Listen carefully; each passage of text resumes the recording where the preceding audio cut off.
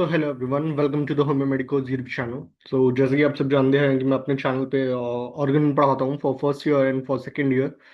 And present में मैं जो सेकेंड ईयर की ऑर्गन पढ़ा रहा हूँ उसमें मैं एफोरेज नंबर 50 तक मैं ऑलरेडी पढ़ा चुका हूँ। तो जिस किसी ने भी है ना इसके पहले की क्लासेस नहीं ली हैं, तो जो पिछली क्लासेस हैं उनकी रिकॉर्डिंग्स जो हैं वो आपको डिस्क्रिप्शन सेक्शन में मेरी सेकेंड ईयर की ऑर्गन की प्लेलिस्ट मिल जाएगी, आपको आप उसमें से देख सकते हैं। ओके। सो स्टार्ट करते हैं फिर हमारा आज का। तो आज हम देखने वाले हैं हमारा एफोरिज नंबर 51। और इससे पहले कि मैं एफोरिज नंबर 51 जो है आज पढ़ाना स्टार्ट करूं, है ना, मैं थोड़ा सा लास्ट जो क्लास थी है ना उसका थोड़ा सा रिवीजन करा देता हूँ। ठीक है, लास्ट क्लास में हम लोगों ने पढ़ा था एफोरिज्म 50 तक। एफोरिज्म 50 तक में हम लोग पढ़ रहे थे कि what will happen when two similar diseases meet वाली चीज पढ़ रहे थे।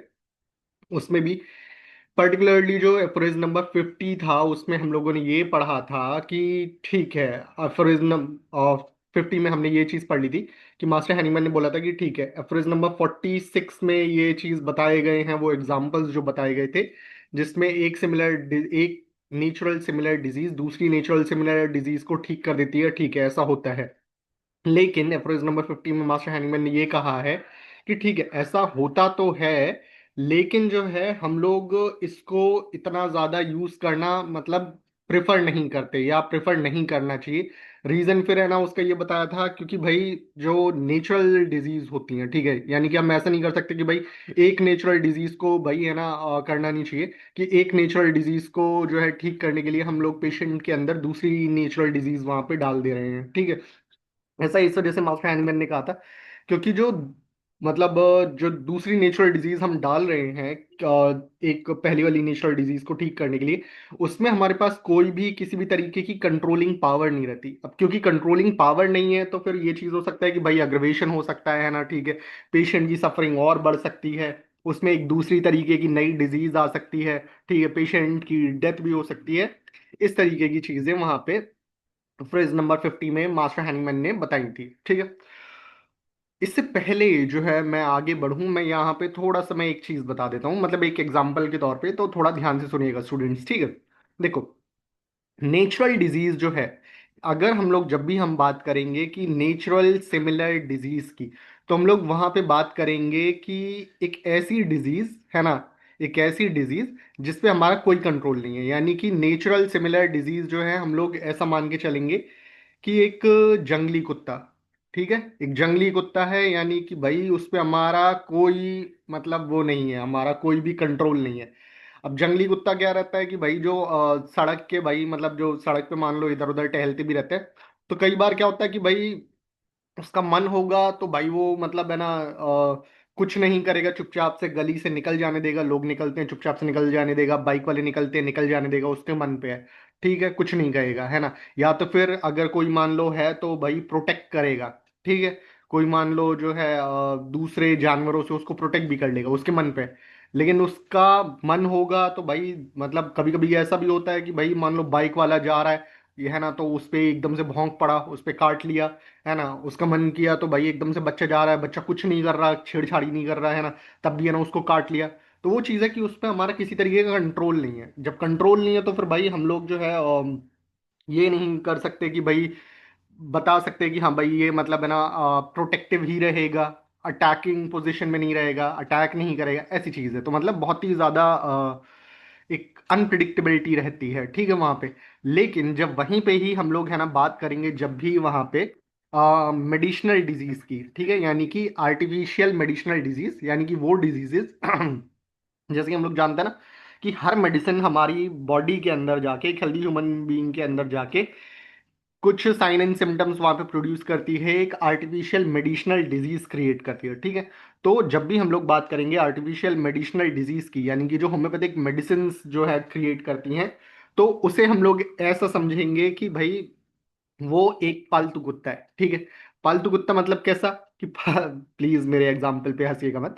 ठीक है, पालतू कुत्ता मतलब इस तरीके से क्योंकि उसमें हमारे पास उसकी कंट्रोलिंग पावर होती है। ठीक है, जो हमारे पास पेट डॉग है, ठीक है, जो हमारे पास जो हमारी होम्योपैथिक मेडिसिन है उस पे हमारा पूरा का पूरा कंट्रोल होता है, ठीक है। हम जैसे चाहे भाई है ना उसको, मतलब है ना, जब चाहे भाई हम चाहे तो उसको किसी पे अटैक करा सकते हैं, जब चाहे तो हम किसी को प्रोटेक्ट करा सकते हैं, जब चाहे हम उसको जो है मतलब है ना शांत कर सकते हैं, जब चाहे तो भाई हम लोग है ना उसको जो है भाई मतलब और ज्यादा मतलब अग्रेसिव कर सकते हैं, ठीक है। मतलब पोटेंसी बढ़ा, मतलब है ना उसकी पावर बढ़ा भी सकते हैं, घटा भी सकते हैं, है ना, रोक सकते हैं, सारी चीजें हम लोग है ना अपने अकॉर्डिंग कर सकते हैं, क्योंकि उसमें क्या चीज रहती है कि भाई वहां पे हमारे पास कंट्रोलिंग पावर रहती है, ठीक है। तो सिंपल सी चीज ये है, तो इतना ध्यान रखिएगा। अब हम लोग आगे पढ़ते हैं, ठीक है। सिंपल सी चीज ये, लेकिन जो कॉन्सेप्ट है उसको दिमाग में रखिएगा। अब हम लोग पढ़ते हैं हमारा सिंपल सी चीज, एफोरिज नंबर 51। तो देखो, एफोरिज नंबर 51 में मास्टर हैनीमैन ने एफोरिज नंबर 50 को ही फिर है ना वहां पे 50 की चीजों को ही आगे कंटिन्यू किया है। तो 51 में ये चीज बताया है कि जैसे कि आप लोगों ने ये तो ठीक है देखा कि जो है मतलब नेचुरल डिजीजेज में जो है भाई वहां पे हम लोग एक नेचुरल डिजीज को ठीक करने के लिए दूसरी नेचुरल डिजीज का यूज नहीं करते, क्योंकि भाई उसमें क्या रहता है कि कोई कंट्रोलिंग पावर नहीं रहती। 51 में ये चीज बताई गई है कि जो है, लेकिन इसका सेम ऑपोजिट जो है वहां पे कंट्रोलिंग पावर वाली कॉन्टेक्स्ट में, कि सेम इसका ऑपोजिट जो है भाई वहां पे देखा जाता है मेडिसिन के केस में। कौन सी मेडिसिन के केस में बच्चों? होम्योपैथिक मेडिसिन के केस में, ठीक है। फिर मास्टर हैनीमैन ने बताया कि हमारे पास जो है वहां पे होम्योपैथी में थाउजेंड्स ऑफ मेडिसिन हैं जो कि सफरिंग पीपल जो हैं, है ना, उनकी हेल्प करने के लिए, उनकी सर्विस करने के लिए हमारे पास मौजूद है, ठीक है। बहुत सारी मेडिसिन है, बहुत सारी मेडिसिन है, ठीक है, हजारों, है ना।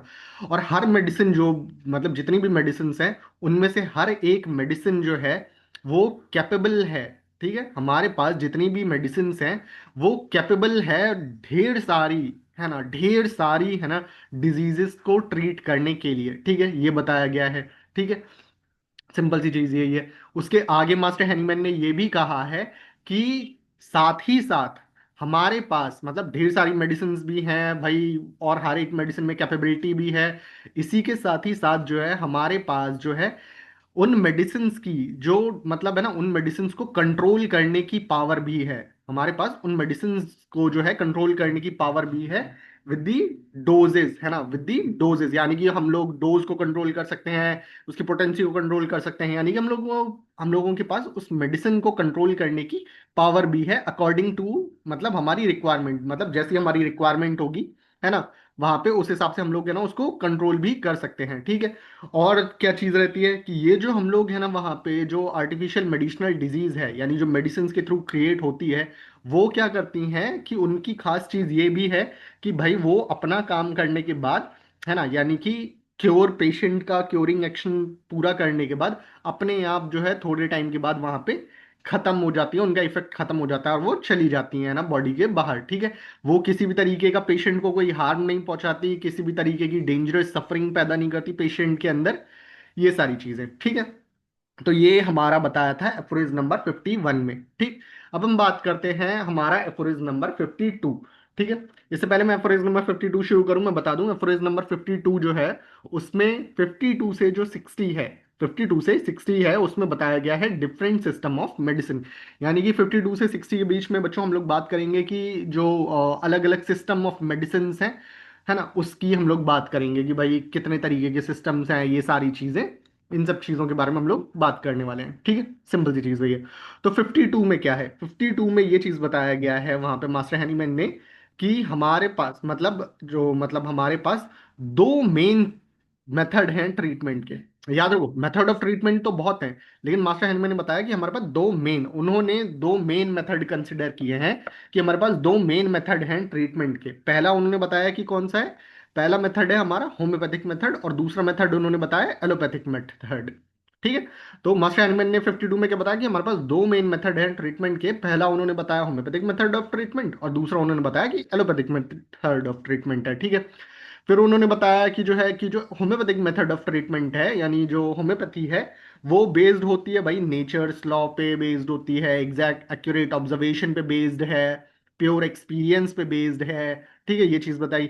उन्होंने साथ में ये भी बताया कि जो एलोपैथिक मेडिसिन ऑफ सिस्टम है, ठीक है, एलोपैथिक सिस्टम ऑफ मेडिसिन है, वो जो डॉक्टर हैनीमैन है यानी मेरी बातों पे बेस्ड नहीं है, ठीक है, ये चीज भी मतलब बताया गया, यानी कि वो होम्योपैथी से भाई बिल्कुल अलग है। ठीक है। और क्योंकि ये दोनों के दोनों सिस्टम अलग हैं, मतलब क्योंकि भाई देखो होम्योपैथिक मेडिसिन ऑफ सिस्टम जो है डॉक्टर हैनीमैन की बातों पे, नेचर्स लॉ के और बाकी सब पे, इन पे बेस्ड है।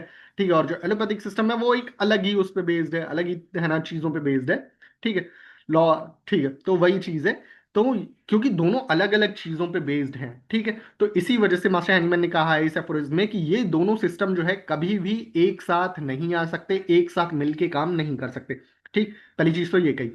फिर उसके बाद उन्होंने आगे ये चीज कही है कि कोई भी पर्सन, मान लो कोई भी फिजिशियन है, कोई भी पर्सन जो है भाई जिसको इन दोनों सिस्टम्स की है ना अच्छे से नॉलेज नहीं है, बिकॉज है ना अच्छे से नॉलेज नहीं है, ठीक है, सिंपल सी चीज वही है। जैसे कि मान लो कि कोई भी फिजिशियन है, जैसे कि मान लेते हैं मैं ही हूं, ठीक है। अब मान लो मुझे ना एलोपैथी की ढंग से नॉलेज है और ना ही जो है मुझे ढंग से होम्योपैथी की नॉलेज है। नॉलेज मतलब किस तरीके की, कि क्या प्रिंसिपल्स होते हैं, कैसे काम करते हैं, क्या लॉज होते हैं इसमें, ये सारी चीजें, मतलब इन सब की ढंग से नॉलेज नहीं है। अब जिस फिजिशियन को ना एलोपैथी ना होम्योपैथी है ना इस सिस्टम की जो है भाई अच्छे से नॉलेज नहीं होगी, तो वो क्या करेगा कि वो पेशेंट को ट्रीट करेगा। जब भी वो पेशेंट को ट्रीट करेगा तो वो मतलब कैसे ट्रीट करेगा, वो पेशेंट को ट्रीट करेगा अकॉर्डिंग, मतलब है ना अपनी फैंसीज के अकॉर्डिंग, मतलब अपने तरीके से भाई। उसका ये है कि भाई ठीक है मेरे को ये लग रहा है तो भाई मैं ये दे दे रहा हूँ, ठीक है।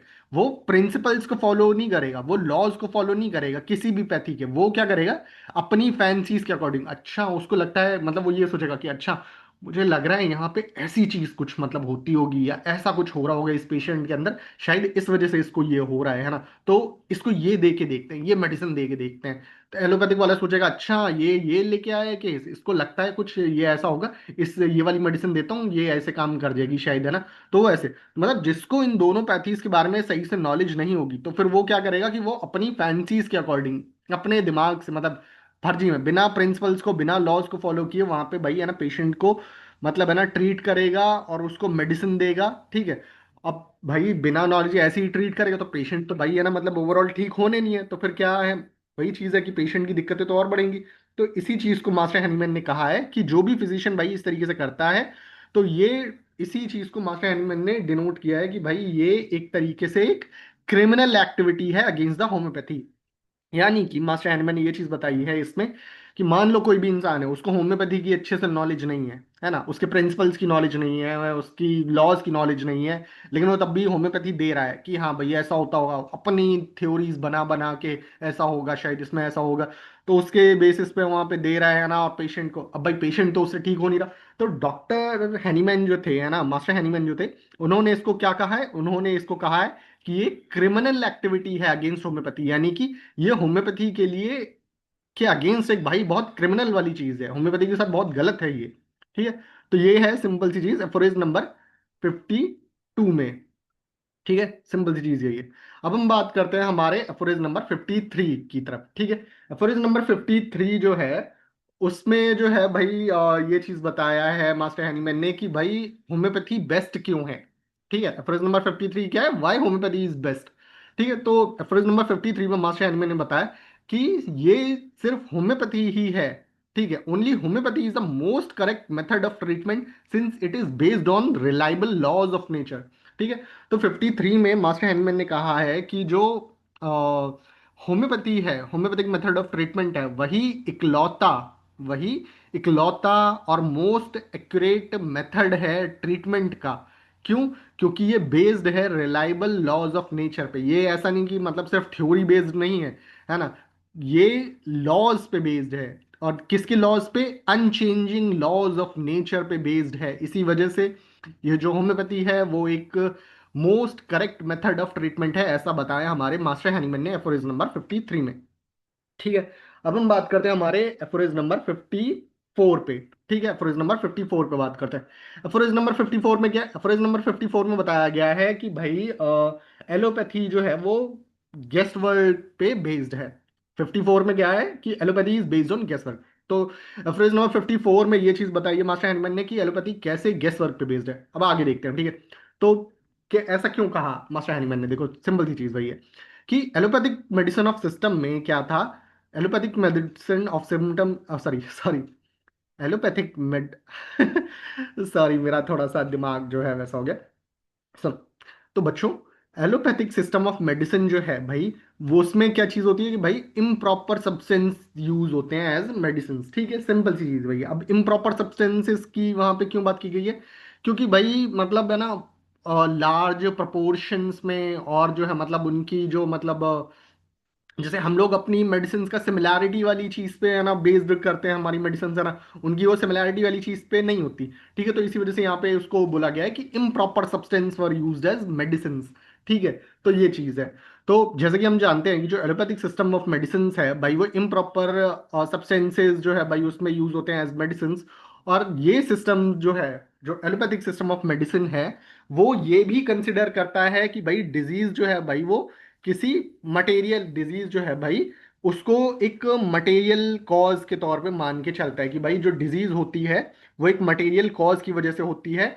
और अगर जो है भाई मतलब हम लोग है ना इस मटेरियल कॉज को पेशेंट के अंदर से रिमूव कर देंगे, तो जो है वो पेशेंट ठीक हो जाएगा। ठीक है, सिंपल सी चीज ये है। ये हमने पढ़ा है ना कि भाई एलोपैथिक सिस्टम ऑफ मेडिसिन ये मानता है कि भाई डिजीज जो है भाई वो एक मटेरियल कॉज होती है। और जैसे हम लोग होम्योपैथी में ये चीज मानते हैं कि जो डिजीज है वो डायनेमिक होती है, डायनेमिक कॉज की वजह से होती है। एलोपैथिक सिस्टम ये मानता है कि भाई जो डिजीज है वो भाई मटेरियल कॉज की वजह से होती है, मटेरियलिस्टिक होती है। और अगर हम लोग उस मटेरियलिस्टिक कॉज को रिमूव कर देंगे तो भाई पेशेंट जो है वो ठीक हो जाएगा। ठीक है, तो वही चीज है। और क्योंकि एलोपैथिक सिस्टम ऑफ मेडिसिन ये मानता है कि भाई जो डिजीज है वो मटेरियल कॉज की वजह से बेस्ड होती है, तो उसको रिमूव करने से वो ठीक हो जाती है। तो इस चीज के लिए क्या करता है कि एलोपैथिक सिस्टम ऑफ मेडिसिन जो है वो इस मटेरियल कॉज को रिमूव करने के लिए जो ट्रीटमेंट यूज करता है, तो उस उसके जो ट्रीटमेंट वो होते हैं वो कैसे होते हैं एलोपैथिक मेडिसिन ऑफ सिस्टम के? बच्चों, उसके ट्रीटमेंट ऑफ मेडिसिन, सॉरी, उसके जो ट्रीटमेंट के जो मेथड्स होते हैं ना, वो अजम्पशंस पे बेस्ड होते हैं, स्पेकुलेशंस पे बेस्ड होते हैं। ठीक है, सिंपल सी चीज वही है।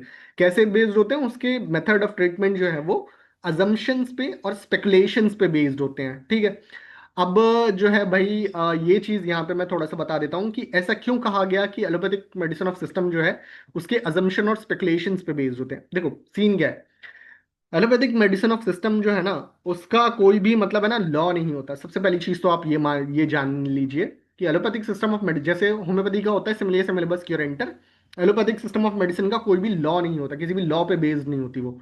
ठीक है, सिंपल सी चीज होती है।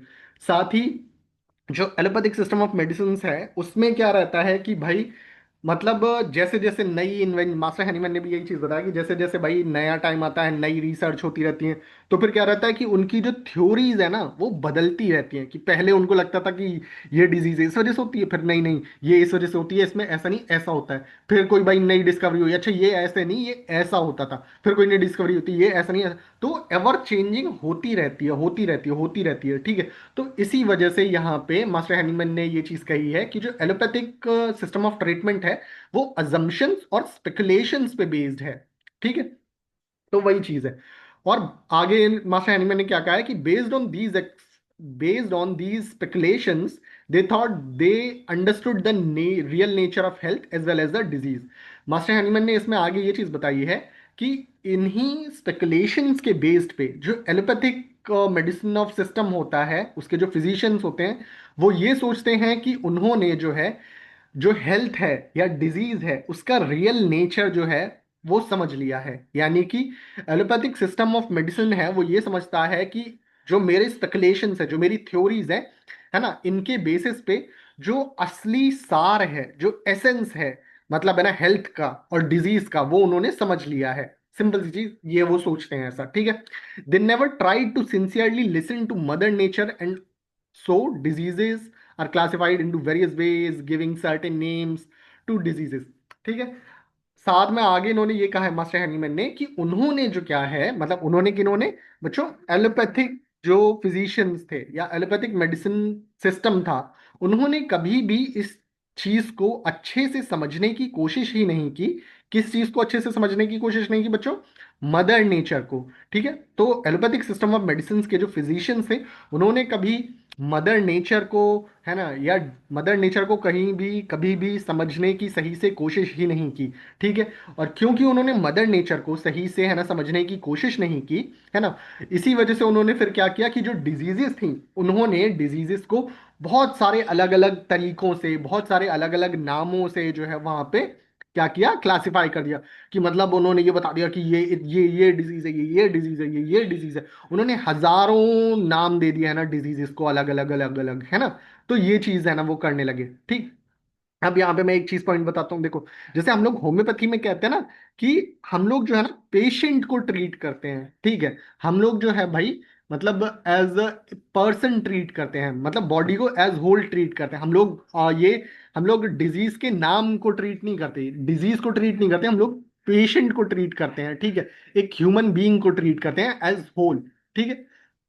तो वो चीज है। अब लेकिन एलोपैथिक सिस्टम में क्या रहता है कि वो लोग है ना डिजीज को भाई मान दे कि डिजीज मटेरियलिस्टिक है, तो इसको है ना क्योर करना है, तो वो मदर नेचर को कहते हैं भाई तुम हटो साइड में, मैं तो भाई ये जो डिजीज है ना, मैं तो भाई अपने तरीके से काम करूंगा।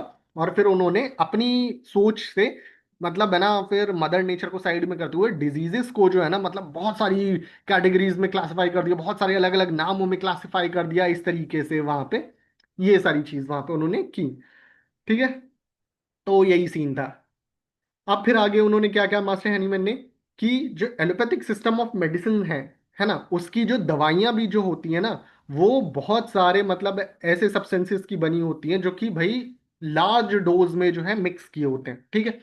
जैसे कि देखो हम लोग जो है भाई मानते हैं होम्योपैथी में कि भाई है ना, कि मतलब है ना स्मॉल डोज, मतलब भाई वहाँ पे जो है ना कि जितनी से ज्यादा भाई हम लोग है ना मिनिमम डोज वाला कॉन्सेप्ट मानते हैं। लेकिन जो भाई एलोपैथिक सिस्टम ऑफ मेडिसिन होता है उसमें क्या रहता है कि जो उनकी दवाइयां जो होती है ना, वो लार्ज डोजेस की होती हैं। ठीक है। लार्ज डोजेस, और वो भी मिक्सचर्स होते हैं उसमें। जैसे हम लोग मानते हैं सिंपल सिमिलिमम वाली चीज मानते हैं, सिंपल सिंगल रेमेडी वाली चीज मानते हैं। उनमें क्या रहता है, उनकी जो दवाई होती है ना वो मिक्सचर होती है पहली चीज तो, और लार्ज डोजेस का मिक्सचर होती है। ठीक है। सिंपल सी चीज। साथ ही इसमें मास्टर हनीमन ने आगे ये भी कहा है कि जो एलोपैथिक सिस्टम ऑफ मेडिसिन है, उनके जो ट्रीटमेंट है ना, वो बहुत सारे जो ट्रीटमेंट हुए हैं उनके, उसमें कई सारे इन ह्यूमन मेथड्स भी है ना वहाँ पे यूज किए जाते हैं। ठीक है। जैसे कि लाइक वेनेसेक्शन। अब मास्टर हैनीमैन के टाइम पे, उस टाइम पे क्या हुआ करता था कि भाई वेनेसेक्शन हुआ करता था, जब मास्टर हैनीमैन ये ऑर्गन लिखी थी, वेनेसेक्शन हुआ करता था कि भाई है ना cutting open a vein to remove excess blood, ये आपको तो मालूम ही होगा। कॉटराइजेशन हुआ करता था कि भाई मतलब कॉटराइजेशन में क्या करते थे, देखो मैं आपको बताता हूँ। वेनेसेक्शन में क्या करते थे कि भाई ठीक है किसी का ब्लड प्रेशर हाई हो रहा है, तो भाई ठीक है क्या है कि वीन्स में जो है ना एक छोटा सा कट मार दो कि भाई ब्लड जो है भाई बाहर आ जाए। उनको ये लगता था कि ब्लड का मतलब है ना अमाउंट बढ़ने से, है ना, ये मतलब है ना ज्यादा हो रहा है, प्रेशर पड़ रहा है, इस वजह से जो है भाई वहां पे हो रहा है ये। तो क्या करते थे कि कट मार दो तो एक्सेस ब्लड जो है बाहर निकल जाएगा, तो अपने आप जो है ब्लड प्रेशर कम हो जाएगा। ठीक है। दूसरा क्या था कि भाई कॉटराइजेशन होते थे। कॉटराइजेशन में क्या था, जैसे कि मान लो, मान लो नहीं, मैं बताता हूँ आपको कि जैसे पुराने टाइम में मास्टर हैनीमैन के टाइम में जैसे किसी को मान लो पाइल्स हो जाता था, हीमोरॉइड्स हो जाते थे, तो उस टाइम पे क्या करते थे, हीमोरॉइड्स को भाई, आज के टाइम पे तो भाई सर्जरी अर्जरी करके भाई निकाल देते हैं। ठीक है। उस टाइम पे भाई क्या किया करते थे कि जो है गरम रॉड लिया करते थे, आयरन रॉड लिया करते थे, और जो है फिर मतलब हिमोरॉइड्स के केस में भी ऐसा किया करते थे, और मतलब कुछ और केसेस में भी भाई ऐसा किया करते थे, मतलब किसी और तरीके के मतलब वो मतलब वॉल्ट्स वगैरह या कुछ ऐसे हो जाते थे। लेकिन हिमोरॉइड्स का मुझे याद है कि वो रॉड लिया करते थे गर्मा गर्म, है ना, और जो है पेशेंट जो होता था, पेशेंट के पीछे, है ना, वहां पे मतलब रेक्टल साइड से भाई वहां पे उसको घुसेड़ देते थे, है ना, और जो है ताकि जो हेमोरॉइड्स हैं वो बर्न हो जाएं। ठीक है। ऐसा भी किया करते थे। तो बड़ा भयानक चीज होती थी वो तो वो चीज है। ठीक है। और क्या करते थे भाई, है ना, उस टाइम पे पर्गेटिव्स यूज किया करते थे, इमेटिक्स यूज किया करते थे, है ना। तो मतलब ऐसे मेथड्स ऑफ ट्रीटमेंट हुआ करते थे जिससे भाई पेशेंट को आराम मिलने के बजाय ना, पेशेंट और ज्यादा है ना वहां पे भाई सफर करने लगता था। ठीक है। तो काफी इनह्यूमन मेथड्स यूज किया करते थे। ठीक है। तो ये था। ठीक है। तो वही हमने अभी हमारे एफरोज नंबर 54 में क्या देखा, एफरोज नंबर 54 में हमने ये देखा कि भाई पहली चीज तो कैसे एलोपैथी गेस वर्क पे है ना भाई वहां पे वो है, और दूसरा भाई कि है ना उसमें कैसे भाई इन ह्यूमन मेथड्स यूज किए जाते थे। ये सारी चीज हमने देख ली हमारे एफरोज नंबर 54 में। ठीक है। अब हम बढ़ते हैं हमारे एफोरिज नंबर 55 की तरफ। ठीक है, एफोरिज नंबर 55 में क्या है देखो। एफोरिज नंबर 55 में ये चीज बता रखी है, मतलब ठीक है कि मतलब अभी तक हमने जो पढ़ लिया, 55 में है कि भाई एलोपैथी कैसे टेम्पररी रिलीफ देती है। ठीक है, सिंपल सी चीज है ये। 54 में तो भाई हमने ये पढ़ लिया कि कैसे वो गेस वर्क पे बेस्ड है। 55 में हम लोग ये पढ़ेंगे अब कि कैसे जो है एलोपैथी सिर्फ टेम्पररी रिलीफ देती है। ठीक है। तो 55 में मास्टर हैनीमैन ने क्या बताया कि भाई ठीक है, मतलब पहले तो भाई एलोपैथिक मेडिसिन ऑफ सिस्टम भाई लोग है ना यूज कर रहे थे, है ना, काफी सारे लोग यूज कर रहे थे, फिजिशियंस यूज कर रहे थे। लेकिन बाद में धीमे धीमे जैसे जैसे टाइम बीता, तो लोग जो थे, लोगों ने ये चीज, लोगों को समझ में आया कि ये जो सिस्टम है, ये जो method of allopathic medicine of system है, एलोपैथिक मेथड ये वाला जो है, तो ये क्या कर रहा है कि और ज्यादा हार्म करा रहा है पेशेंट को। मतलब पेशेंट की कंप्लेन्स को कम नहीं कर रहा, उससे ज्यादा तो भाई नुकसान पहुंचा दे रहा है पेशेंट को। ठीक है। साथ में ही जो है मास्टर हैनीमैन ने इस अफोरिज्म में ये भी कहा है कि अगर सही, एक्चुअली बात की जाए अगर सही से, तो ये जो सिस्टम है ना, इसको तो भाई काफी पहले खत्म हो जाना चाहिए था। ठीक है। क्योंकि भाई इसके इतने ज्यादा इल इफेक्ट हैं भाई, यानी इसके ट्रीटमेंट में इतने ज्यादा भाई नुकसान देता है, दिक्कत देता है, तो इसको तो काफी पहले ही खत्म हो जाना चाहिए। तो फिर ये खत्म क्यों नहीं हुआ? ठीक है। तो इसी, अब क्यों खत्म नहीं हुआ वो जो अब बताते हैं इसमें मास्टर हैनीमैन, वो खत्म इस वजह से नहीं हुआ क्योंकि क्या रहता था कि भाई इसके जो इफेक्ट थे, कभी कभी जैसे था तो बेकार, लेकिन कभी कभी क्या था कि इस जो एलोपैथिक मेडिसिन ऑफ सिस्टम थे, इसकी जो मेडिसिन वगैरह थी, इसके इफेक्ट जो थे ना, वो इतने ज्यादा इंस्टेंटेनियस थे। कैसे थे बच्चों? इंस्टेंटेनियस, यानी कि इतने जल्दी आते थे भाई। मतलब कि मान लो अभी मैंने ली मेडिसिन और जो है भाई आधे घंटे बाद या 15-20 मिनट बाद जो है भाई मेरे को एकदम से रिलीफ मिल गया पेशेंट को उसकी कंप्लेंट्स में। ठीक है।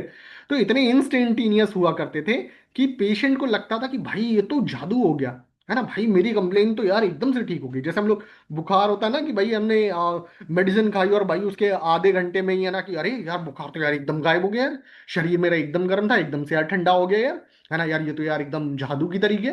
तो वो चीज था। अब लोगों को भाई है ना ये चीज लगा कि यार ये बड़ी जल्दी काम करती है यार, इसमें तो यार कुछ तो चीज है, खराब है लेकिन कुछ तो चीज है जो यार मतलब एकदम जादू की तरीके बड़ा जल्दी काम कर जाता है। ठीक है। तो इस वजह से लोगों ने तब भी उसको कंटिन्यू रखा यूज करना। ठीक है। This system is still in use because of such magical effects although the effects are temporary. और यही वजह है, मास्टर एनिमल ने कहा, और यही वजह है कि ये सिस्टम जो है आज भी यूज हो रहा है ना, भले ही, क्यों? क्योंकि इसके ये जो ऐसे इंस्टेंटेनियस मैजिकल इफेक्ट्स देखते हैं, भले ही ये टेम्पररी हो, भले ही ये इफेक्ट टेम्पररी हो, लेकिन भाई इंस्टेंटेनियस होते हैं। इस वजह से है ना जो है भाई ये सिस्टम ऑफ मेडिसिन अभी भी चल रहा है। क्योंकि भाई आज का टाइम हो चाहे पुराना टाइम हो, लोग क्या कहते हैं कि भाई मेरे को तो तुरंत आराम चाहिए, मेरे को मतलब नहीं कि मैं, मतलब मेरे को दिक्कत हो आगे क्या हो, मुझे अभी के टाइम में मुझे आराम चाहिए, सिंपल सी चीज ये। ठीक है। तो ये तो था हमारा एफोरिज नंबर 55। अब हम बात करते हैं हमारे एफोरिज नंबर 56 की। एफोरिज नंबर 56 में जो है हमारा बताया हुआ है एक और मेथड ऑफ ट्रीटमेंट जो कि था हमारा एंटीपैथी। ठीक है। कौन सा? एंटीपैथी। तो एफोरिज नंबर 56 जो है उसमें बताया गया है एंटीपैथी के बारे में। ठीक है। ओके। ठीक है। तो अब बात करते हैं, मास्टर एनिमल बात कर रहे हैं उस टाइम के फिजिशियंस की, यानी उनके टाइम के फिजिशियंस की। ठीक है। कि तो उस टाइम के जो फिजिशियंस थे, है ना, है ना, वो, the physicians in those days won the confidence of their patient by using antipathic medicine. अब देखो सीन क्या था उस टाइम पे, मास्टर हैरीमैन के टाइम पे जैसे एलोपैथी आया, है ना, उसी टाइम पे जो है भाई एक और मेथड ऑफ ट्रीटमेंट आया था जो कि था, है ना, एक और सिस्टम ऑफ मेडिसिन हम कह सकते हैं उसको, वो आया था जो कि क्या था भाई हमारा, जो कि था हमारा एंटीपैथी, है ना, जो कि था हमारा एंटीपैथी। और उस टाइम के जो फिजिशियंस थे उन्होंने उस एंटीपैथी से, है ना, कई सारे जो पेशेंट्स थे उनका भरोसा जीत लिया था उन एंटीपैथिक मेडिसिन से। ठीक है, ये चीज। अब मैं थोड़ा सा बता देता हूं कि एंटीपैथिक मेडिसिन ऑफ सिस्टम जो है वो किसने दिया था। तो डॉक्टर गैलिन जो थे, नाम याद रखिएगा बच्चों, कौन थे? एंटीपैथिक मेडिसिन ऑफ सिस्टम किसने दिया था? गैलिन ने दिया था। ठीक है। तो जो गैलिन जो थे, उन्होंने डिस्कवर किया था इस सिस्टम को, एंटीपैथिक सिस्टम ऑफ मेडिसिन को। ठीक है। अब ये सिस्टम करता क्या है बच्चों? एंटीपैथिक सिस्टम ऑफ मेडिसिन जो है वो ये चीज, मतलब है ना, वहां पे उसका ये कहना है कि मतलब है ना हाँ मतलब एंटीबायोटिक सिस्टम ऑफ मेडिसिन जो है भाई, वो मतलब उसका काम करने का तरीका ये है कि भाई कोई भी मान लो हमारे अंदर सिम्टम आ रहा है, पेशेंट के अंदर किसी भी तरीके का अगर सिम्टम आ रहा है, तो हमें ऐसी मेडिसिन देनी चाहिए वहां पे जो कि एग्जैक्ट जो उसमें सिम्टम आ रहा है उसके एग्जैक्टली अपोजिट जो है भाई वहां पे एक्शन प्रोड्यूस करे। ठीक है। तो दोबारा से मैं बता दूं कि एंटीपैथिक सिस्टम ऑफ मेडिसिन जो है बच्चों, उसका कहना ये था कि मान लो कोई पेशेंट है, ठीक है। तो पेशेंट मान लेते हैं जैसे कि कोई पेशेंट कह रहा है कि भाई मेरे को डॉक्टर साहब कॉन्स्टिपेशन हो रहा है, ठीक है। तो एंटीपैथिक सिस्टम ऑफ मेडिसिन के फिजिशियंस जो थे उनका कहना था कि इसको ऐसी दवाई दो जो कि तुरंत जो है भाई, अब कॉन्स्टिपेशन है, कॉन्स्टिपेशन का जस्ट ऑपोजिट क्या हो गया, डायरिया। ठीक है, कॉन्स्टिपेशन का ऑपोजिट क्या हो गया, डायरिया। ठीक है।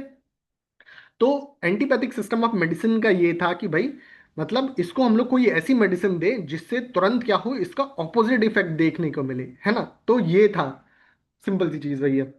और एंटीपैथिक, अब बच्चों याद रखना, जैसे हमारी होम्योपैथी जो है उसका जो हम लोग वो किस लॉ पे काम करती है, वो काम करती है सिमिलिया सिमिलिबस क्यूरेंटर पे। ठीक है।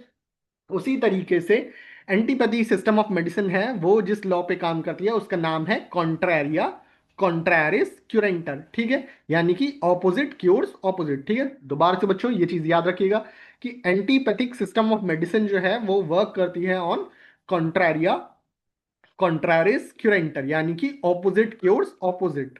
ठीक है, सिंपल चीज ये है।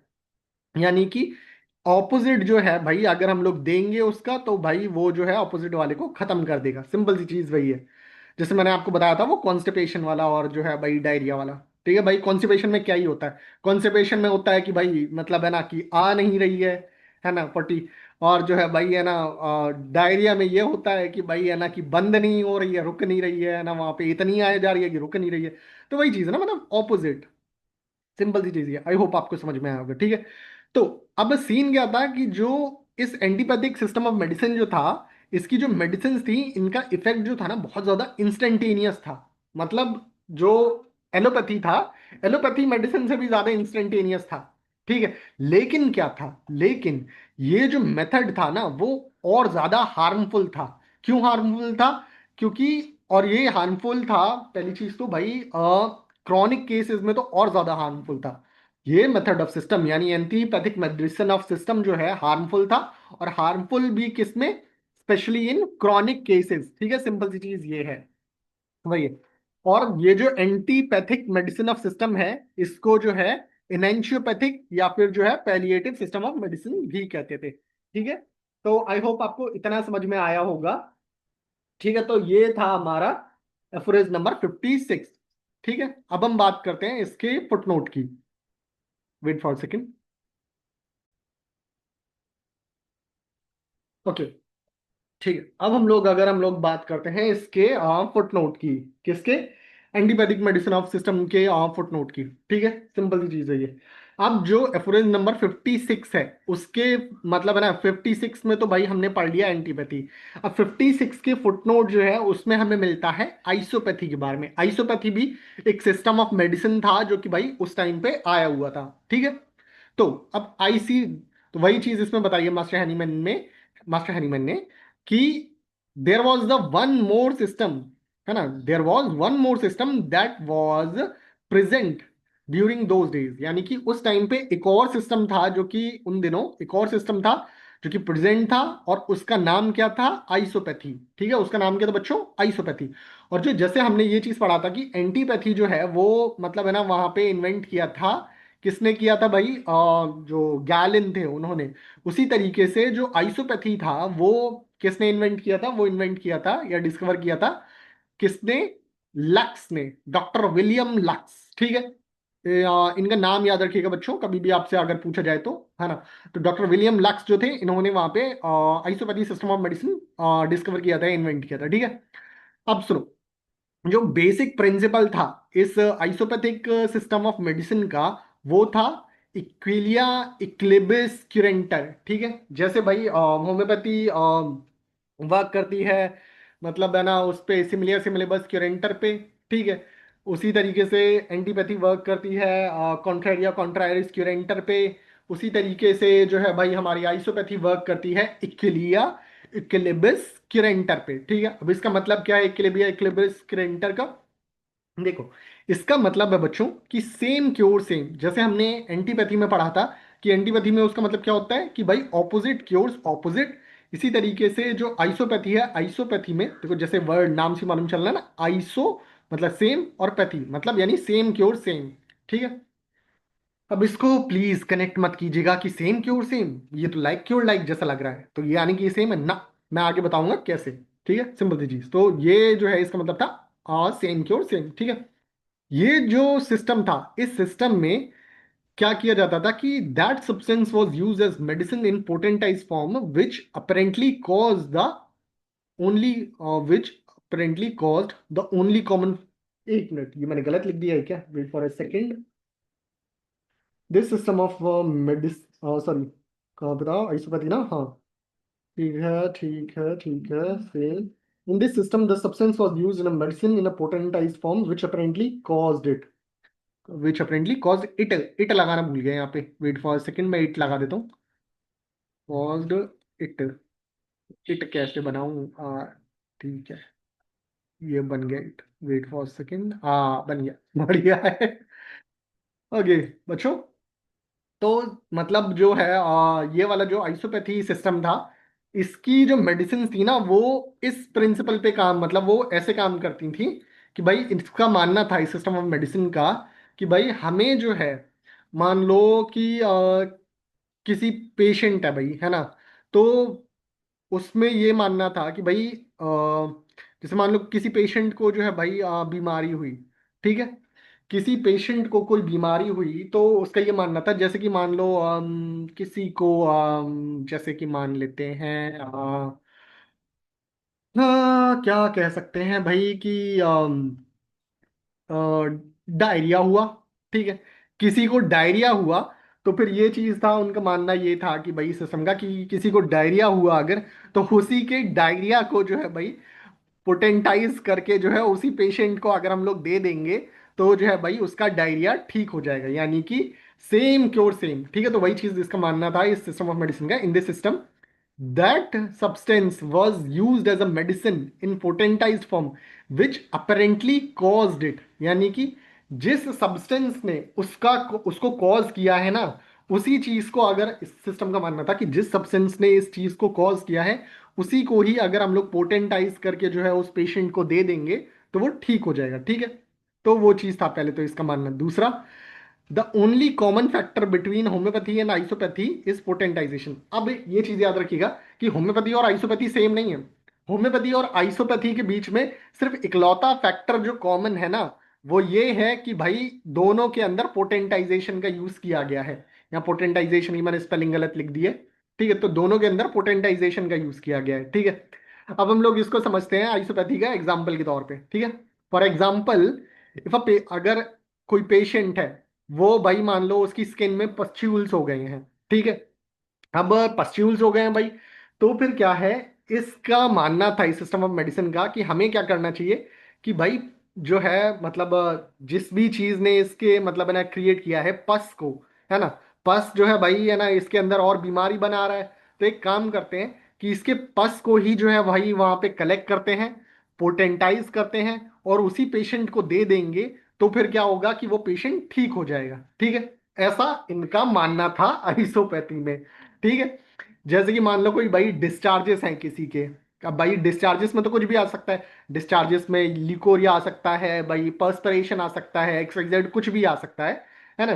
तो डिस्चार्जेस हैं या एक्सट्रैक्ट्स हैं, ठीक है, अफेक्टेड पार्ट्स के, मतलब जैसे मैंने बताया ना जैसे पस वगैरह ये चीज, तो उसके डिस्चार्जेस एक्सट्रैक्ट वगैरह जो है अफेक्टेड पार्ट के वर टेकन, उनको लिया जाता था और पोटेंटाइज करके उसी पेशेंट को दे दिया जाता था, है ना। और इनका मानना था कि ऐसे करने के बाद भाई वहां पे वो पेशेंट ठीक हो जाएगा, ऐसा मानना था विलियम लक्स का आइसोपैथी में, है ना। मैंने बताया ना कि भाई इनका ये था कि भाई जैसे किसी को कोराइजा है तो भाई उसी का कोराइजा लिया उसी पेशेंट का, उसको पोटेंटाइज करके उसी पेशेंट को मतलब दे दिया एज मेडिसिन, तो इनका मानना था कि वो क्योर हो जाएगा, वो ठीक हो जाएगा, ऐसा भाई मानना था। सारी चीजें। ठीक है, सिंपल चीज वही है। आगे बढ़ते हैं इसमें। तो आगे मास्टर ने बताया कि ये जो सिस्टम था इसके दो बेसिक ड्रॉबैक थे, है ना।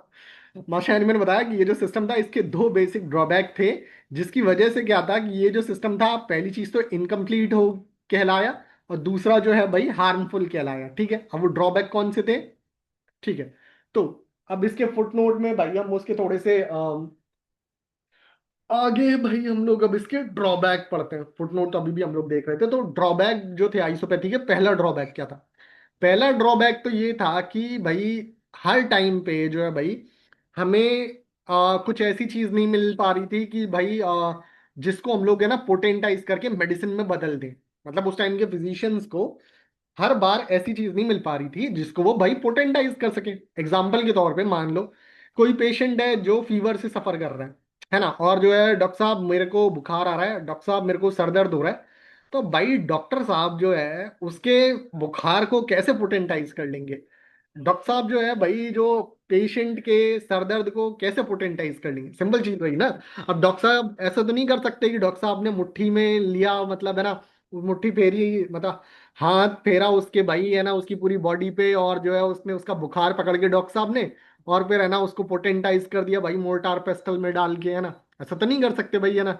या डॉक्टर साहब ने भाई उसके सर पे हाथ फेरा और उसका हेडेक बाहर निकाल के भाई उसको पोटेंटाइज कर दिया, तो ऐसा नहीं कर सकते ना।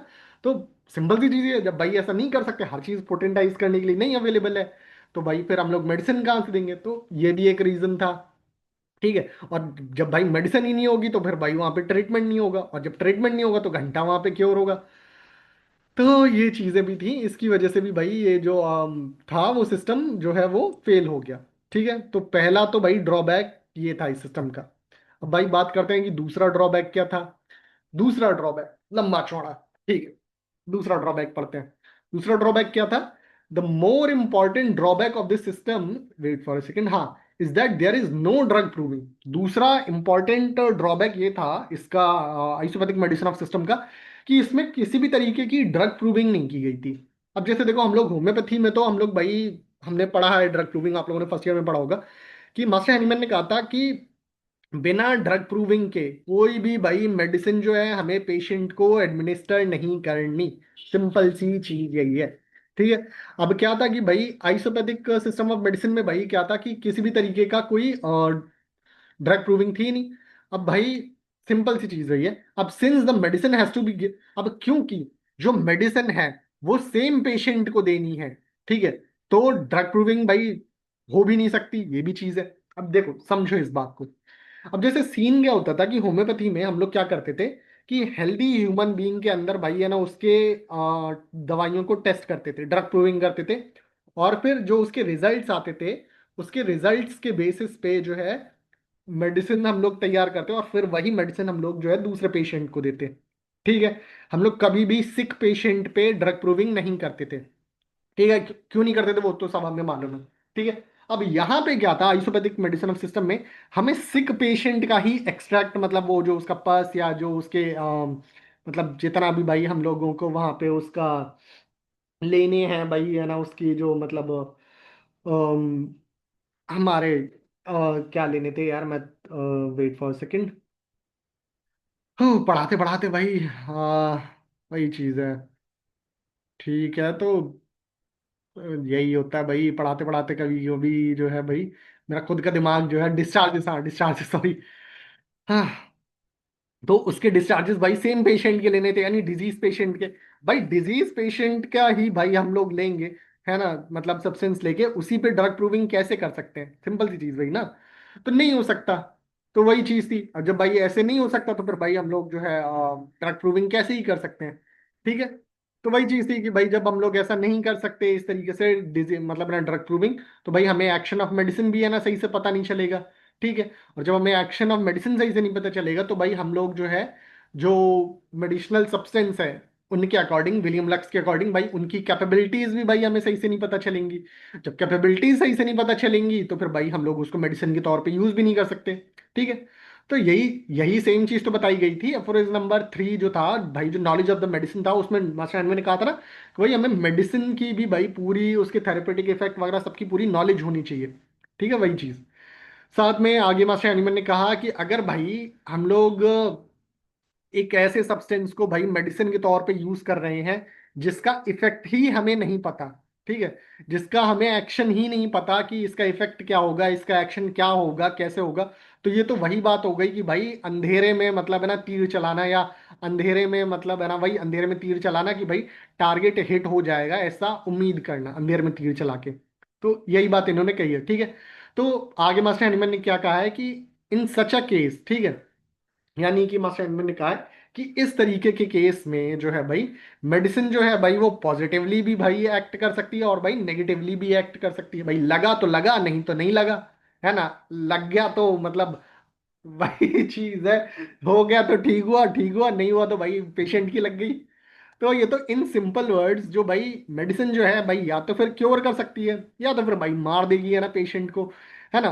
एनी मतलब यानी कि दोनों में से, या तो फिर जो है भाई दोनों में से बीच की कोई चीज हो सकती है, ठीक है। यानी कि भाई मतलब पेशेंट की मान लो पेशेंट क्योर भी नहीं हुआ और ना मरा, बस ये है कि पेशेंट की दिक्कतें और बढ़ गई है ना, ऐसी चीज, ठीक है। मतलब ये चीज है कि हम लोग यहाँ पे प्रिडिक्ट नहीं कर सकते कि भाई एक्शन ऑफ मेडिसिन क्या होगा, ठीक है। हम लोग and what we can do if, और सिंपल सी चीज वही है कि भाई हम लोग प्रिडिक्ट नहीं कर सकते, पहली चीज। अब दूसरी चीज कि भाई हम लोगों को उसके एक्शन के बारे में, उसकी बाकी सारी चीजों, उसके वर्किंग के बारे में नहीं मालूम।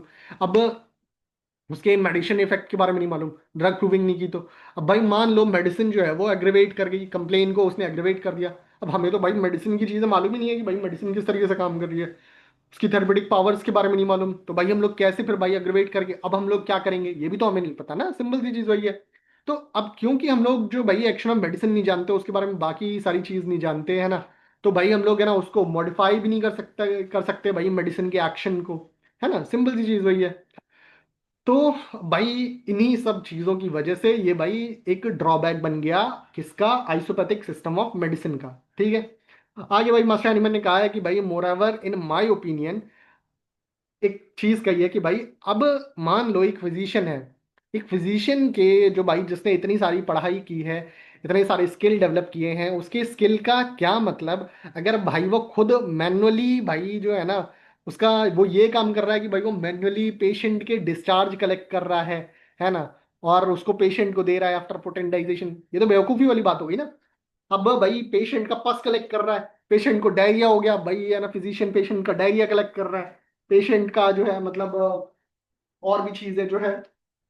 तो सिंपल सी चीज वही है ना कि कोराइजा हो गया तो भैया ना पेशेंट का फिजिशियन कोराइजा कलेक्ट कर रहा है फिर उसको पोटेंटाइज करके उसको दे रहा है।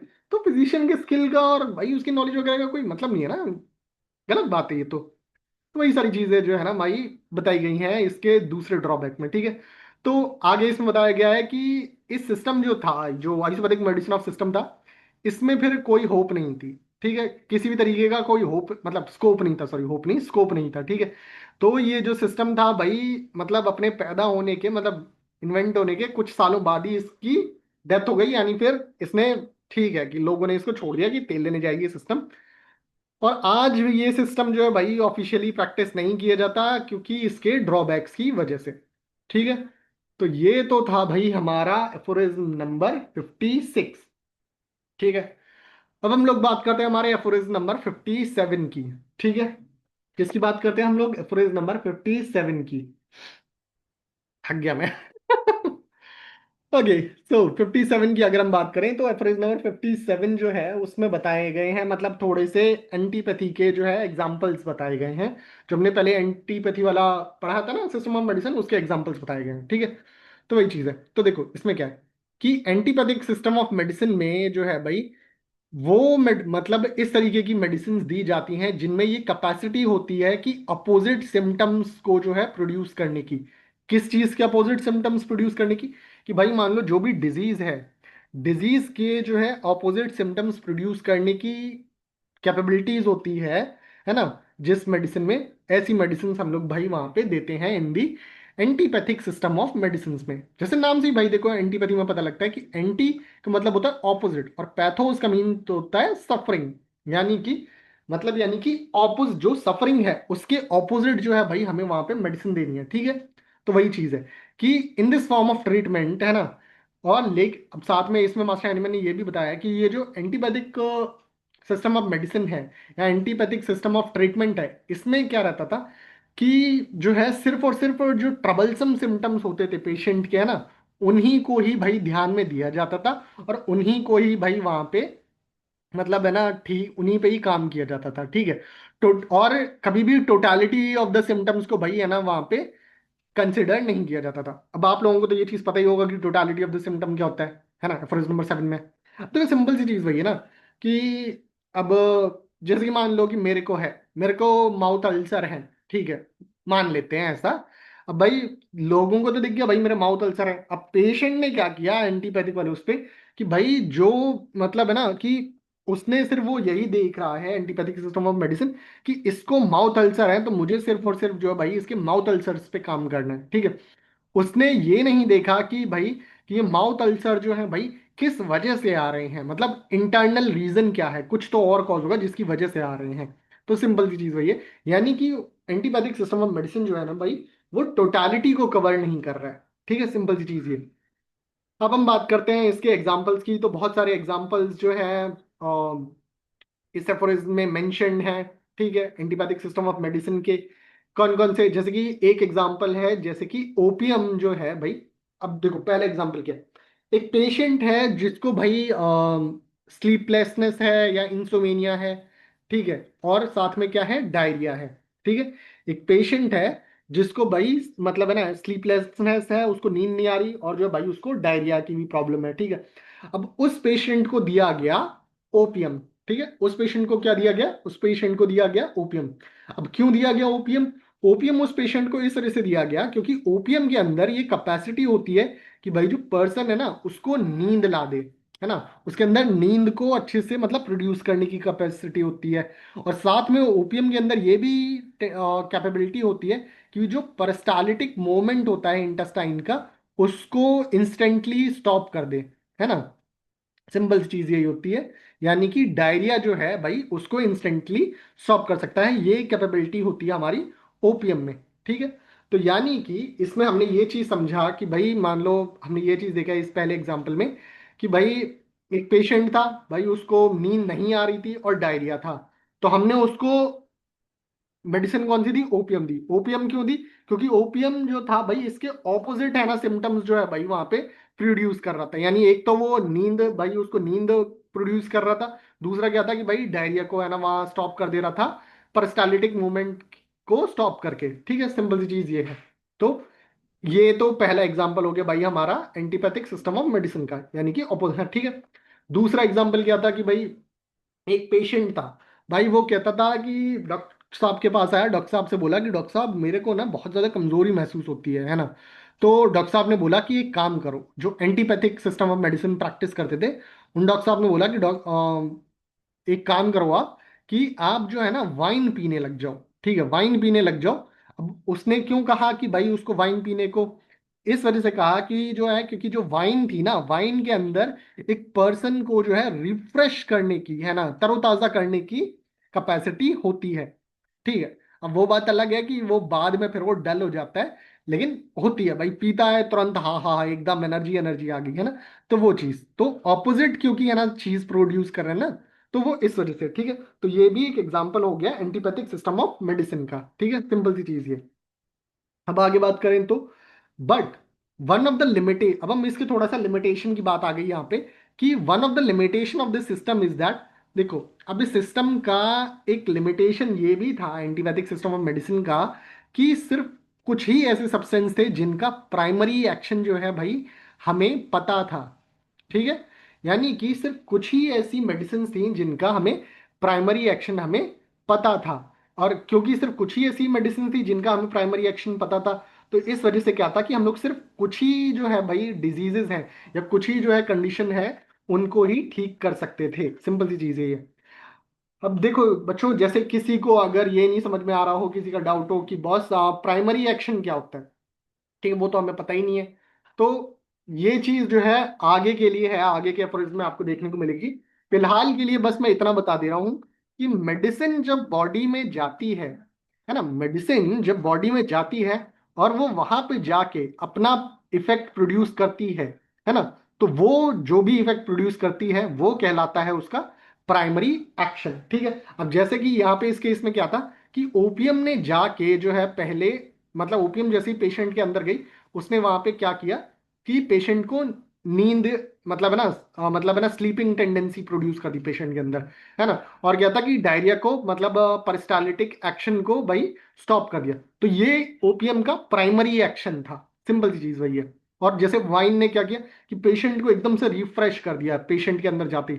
तो ये जो है वही वहां पे वाइन का प्राइमरी एक्शन था। अब लेकिन हर एक चीज का तो भाई हमें वहां पे प्राइमरी एक्शन मालूम नहीं था, कि कुछ ही सब्सटेंसेस का मालूम था उस टाइम पे। तो इस वजह से क्या था कि सिर्फ कुछ ही कंडीशंस को ठीक कर सकते थे इस उस टाइम पे इस सिस्टम ऑफ मेडिसिन से, सभी को नहीं। ठीक है, सिंपल सी चीज ये थी। तो ये था हमारा एफोरिज नंबर 57।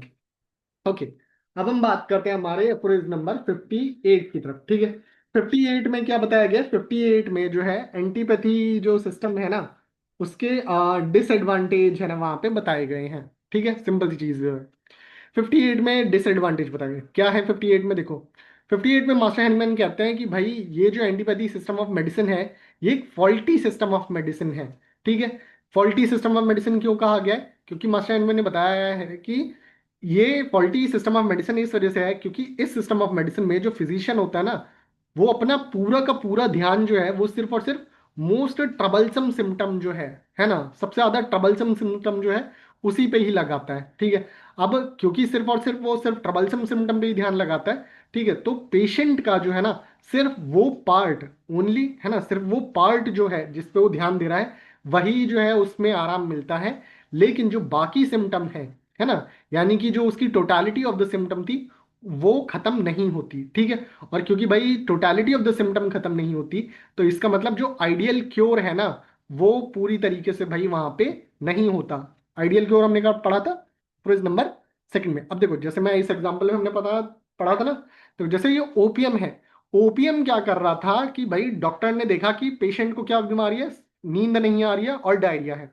तो अब क्यों है, उसने टोटलिटी ऑफ द सिम्टम पे ध्यान नहीं दिया, डॉक्टर ने ध्यान दिया कि मोस्ट ट्रबलसम ये है कि भाई उसको नींद नहीं आ रही है और उसको डायरिया है। तो डॉक्टर ने सिर्फ उसको ध्यान दिया और उस पे काम किया, बाकी उसने इस चीज पे ध्यान नहीं दिया कि भाई नींद क्यों नहीं आ रही है, क्या ऐसी चीज है इसके अंदर, बॉडी के अंदर दिक्कत आ रही है, क्या इसके माइंड में दिक्कत आ रही है जिसकी वजह से इसको नींद नहीं आ रही या डायरिया हो रहा है, उस चीज पे ध्यान नहीं दिया। ठीक है, सिर्फ ट्रबलसम सिम्टम पे ध्यान दिया। अब इससे क्या है कि नींद वाली चीज में तो उसको आराम मिल गया, डायरिया में तो आराम मिल गया, लेकिन जो है भाई उसको टोटालिटी ऑफ द सिम्टम जो थी, मतलब पूरी तरीके से वो क्योर नहीं हुआ, यानी भाई फिर से वो वापस आ जाएगा। सिंपल सी चीज वही है, पूरी तरीके से क्योर नहीं हुआ तो वही है।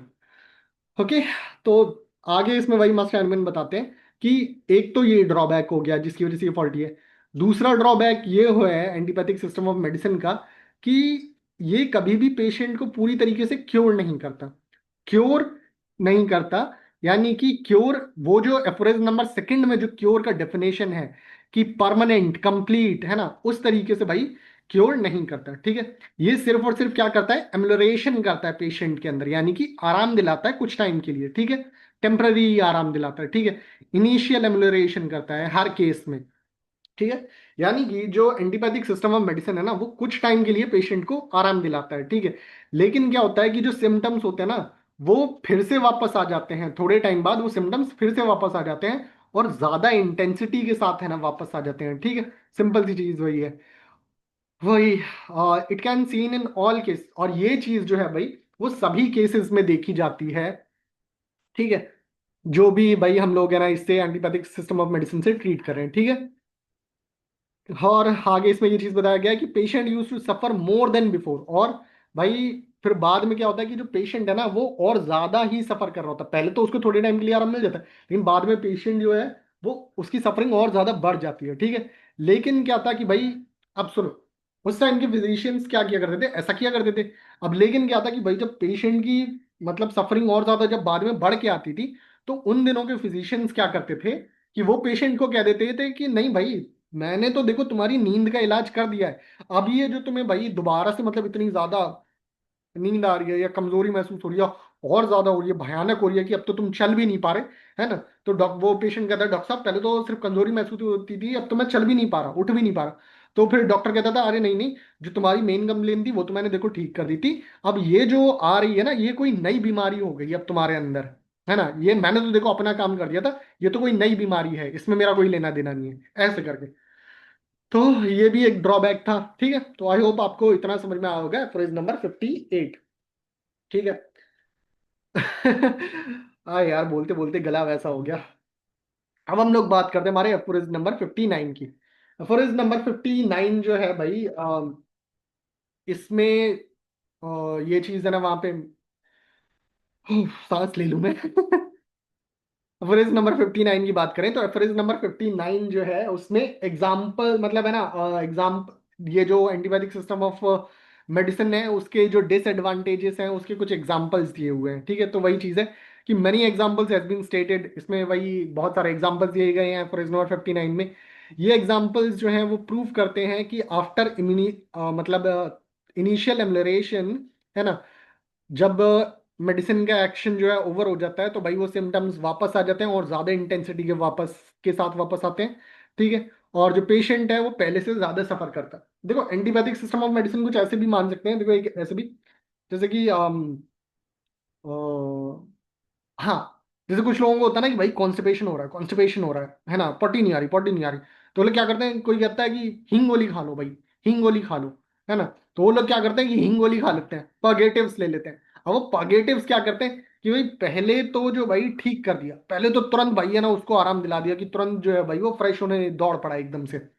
लेकिन जैसे ही उसका इफेक्ट खत्म हुआ, अब क्या था कि भाई उसको कॉन्स्टिपेशन फिर से हो गया, लेकिन अब इस बार क्या है, उसका कॉन्स्टिपेशन पहले से ज्यादा इंटेंसिटी के साथ हुआ, पहले से ज्यादा, मतलब है ना उसको कॉन्स्टिपेशन हो रहा है, देखने को मिल रहा है। ठीक है, तो वही सारी चीजें हैं, यही बताया हमारा एंटीपैथिक सिस्टम ऑफ मेडिसिन में, हमारा फॉरेज नंबर 59 में भी, कि भाई उसके और एग्जांपल्स दिए गए हैं, उसके मतलब है ना डिसएडवांटेजेस के।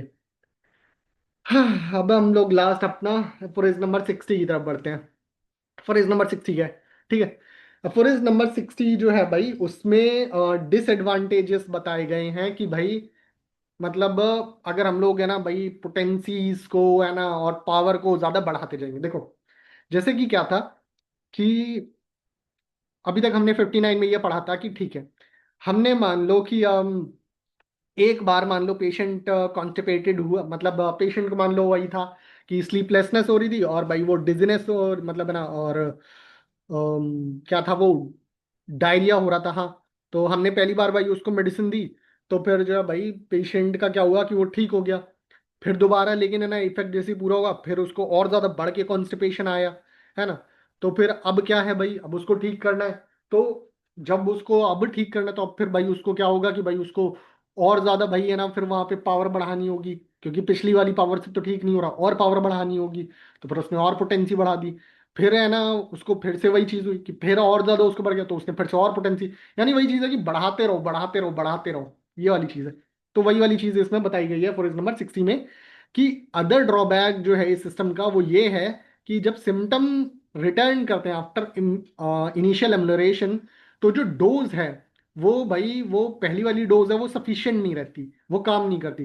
तो इस बार अगर दूसरी बार में भी अगर आराम चाहिए तो हमें क्या करना पड़ता है कि डोज को जो है भाई बढ़ाना होता है, पोटेंसी को जो है बढ़ाना होता है। ठीक है, सिंपल सी चीज है ये।